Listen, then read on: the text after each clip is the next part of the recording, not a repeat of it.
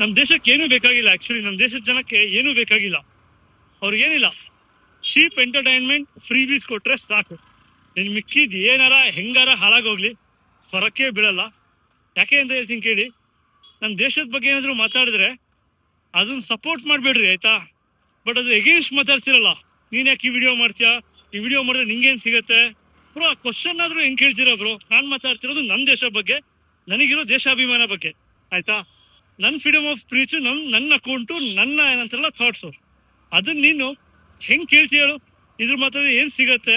ಆಯ್ತು, ನೀನ್ ಮಾತಾಡಿಲ್ಲ, ನಿಂಗೇನ್ ಸಿಕ್ತು? ನಿನಗ್ ಬೇಕಿರೋದು ಫ್ರೀ ಬೀಸ್, ಚೀಪ್ ಎಂಟರ್ಟೈನ್ಮೆಂಟ್ ಅಷ್ಟೇ. ಇದೇ ಸತ್ಯ, ಆಯ್ತಾ? ಇದು ಬಿಟ್ಟು ಬೇರೆ ಹೆಂಗಾರ ಹಾಳಾಗೋಗ್ಲಿ, ಬೇರೆಯವ್ರ ಜನ ಹೆಂಗಾರ ಅಮಾಯಕರು ಜೀವನ ಹಾಳಾಗೋಗ್ಲಿ, ನಿಮಗೆ ಫರಕ್ ಬೀಳಲ್ಲ ಬ್ರೋ. ಇದು ಇಲ್ಲಿವರೆಗೂ ನಿಮಗೆ ಅರ್ಥ ಆಗಲ್ವಲ್ಲ, ನೀವು ಚೇಂಜ್ ಆಗಲ್ಲ. ಪ್ಲಸ್ ಇದು ನಾನು ಎಕ್ಸ್ಪೆಕ್ಟ್ ಮಾಡಕ್ಕೂ ಆಗಲ್ಲ, ಯಾಕಂದ್ರೆ ನಾನು ನಿಮ್ಮ ಟೀಚರ್ ಅಲ್ಲ, ನಿಮ್ಮ ಪ್ರಿನ್ಸಿಪಲ್ ಅಲ್ಲ. ನಿಮಗೆ ಇದನ್ನ ಮ್ಯಾಂಡೇಟರಿ ಫಾಲೋ ಮಾಡಿ ಹಿಂಗೆ ಕೇಳಿ ಅಂತ ಹೇಳೋದಕ್ಕೆ ನಾನು ಯಾವನೂ ಅಲ್ಲ, ಆಯ್ತಾ? ನಾನು ಜಸ್ಟ್ ಅವೇರ್ನೆಸ್ ಹೇಳ್ಬೋದು. ಕೇಳೋದು ಬಿಡೋದು ನಿಮಗೆ ಬಿಟ್ಟಿದ್ದು. ಯಾಕಂದ್ರೆ ನಿಮಗೂ ಸ್ವಂತ ಬುದ್ಧಿ ಇದೆ, ನಿಮಗೂ ಕಾಮನ್ ಸೆನ್ಸ್ ಇದೆ. ಯಾವ್ದು ಸರಿ ಯಾವ್ದು ತಪ್ಪು ಅಂತ ನಿಮಗೂ ಗೊತ್ತು. ಅಷ್ಟೆಲ್ಲ ಗೊತ್ತಿದ್ರು ನೀವು ಮಾಡ್ತೀರಾ ಅಂದ್ರೆ ನಾನೇನು ಹೇಳಕ್ಕಾಗಲ್ಲ. ಕಾನ್ಸಿಕ್ವೆನ್ಸಸ್ ಏನ್ ಬರುತ್ತಲ್ಲ ಎಲ್ಲರೂ ಅನುಭವಿಸ್ಬೇಕು.